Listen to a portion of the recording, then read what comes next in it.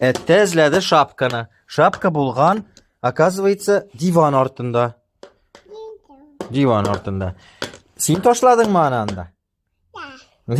Annişle bekmedin ettege. Unuttun?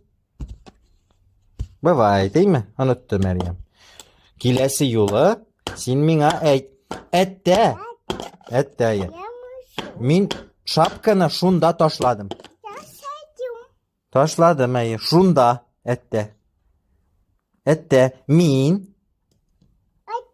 Min. Hayır. Min şapkanı şunda toşladım. Hayır. Kilesi yıl şöyle eyti. Yarı mı? Yeme. Timao. Hayır. Mene şu aytıp toşlısın da. Ette min kürekni şunda toşladım. Hayır. Ol şunda yata. Değil mi? Çilekte şunda tipi değil mi?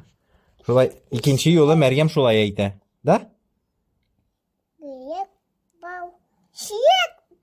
Çilek upal, kürek upal, şapka upal değil mi?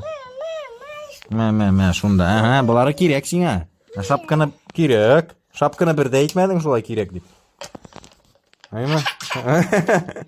İyi yani. Haydi oram kap.